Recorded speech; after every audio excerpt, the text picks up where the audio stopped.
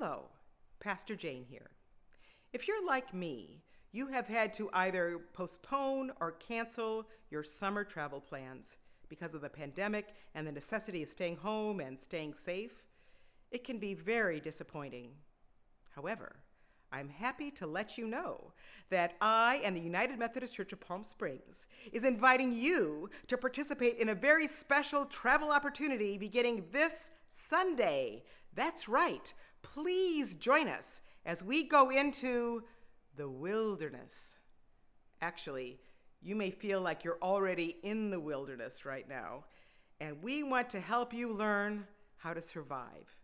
Not just survive, but thrive and be transformed by the presence of God that becomes truly real as we get away from it all and go into the wilderness. We're going to be learning about how worshiping communities throughout our history have learned how to travel in the wilderness and survive and thrive and be transformed. We're also going to teach you some of the tools that will help you survive journeying through the wilderness. Things like wilderness prayer and wilderness sacred space, wilderness praise, and wilderness community. We're going to learn all sorts of new tools and have new ways of experiencing joy and God's love and God's Spirit. And you don't have to leave your home.